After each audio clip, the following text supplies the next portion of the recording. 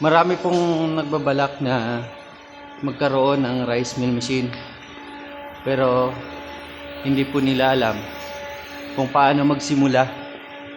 Kaya message lang po kayo sa amin. Kung meron kayong mga katanungan, sasagutin po natin. Tutulungan po namin kayo kung paano ito gawin. Paano kayo magsimula ng rice milling business na hindi kayo mahihirapan. Madali lang po siyang i-operate. Ano po ba sila? I think they're here.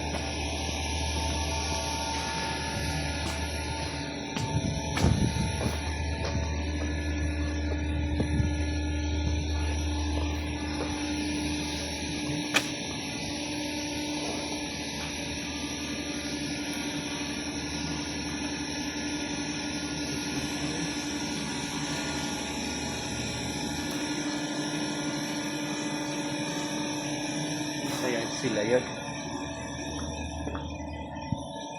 Nawala eh.